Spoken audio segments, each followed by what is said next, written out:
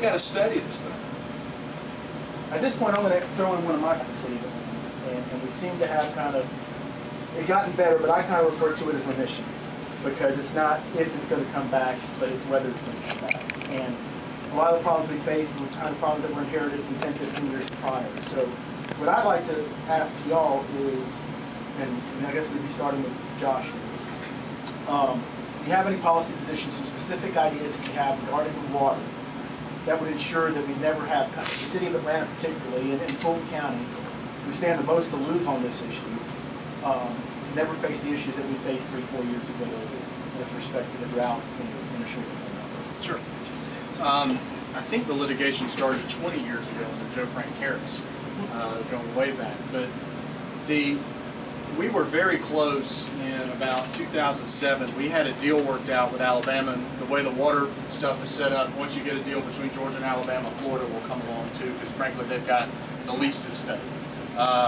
We had this location picked out, we had the day picked out, and then Governor Riley pulled out at the last minute. The good news is, though, that the new governors in all 3 states, Alabama, Florida, and Georgia, are working together very well. So you asked what I would do. I would empower Governor Deal to continue those negotiations.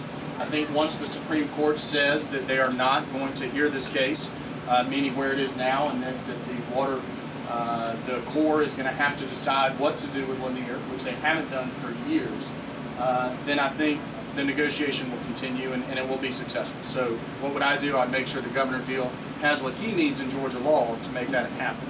What do we do going forward? We passed one of the strongest conservation bills in 2010. It was in Governor Perdue's last year that made Georgia a real leader in the country in terms of reservoirs, making them easier to be permitted so we can build more, we can store more, and we'll have more going forward.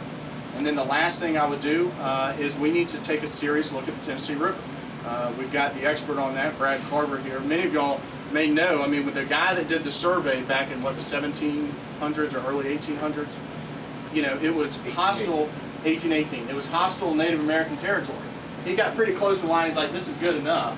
And that was Georgia's border with Tennessee. It's wrong. And it's easy to know it's wrong. You can see it on Google Maps, you can see it on GPS, and we don't need to make Chattanooga a Georgia city. We just need access to that river and then take that water on. That is one of the long-term things we can do, and again, that means empowering the governor to engage Tennessee in a meaningful way on that, because it's under our river.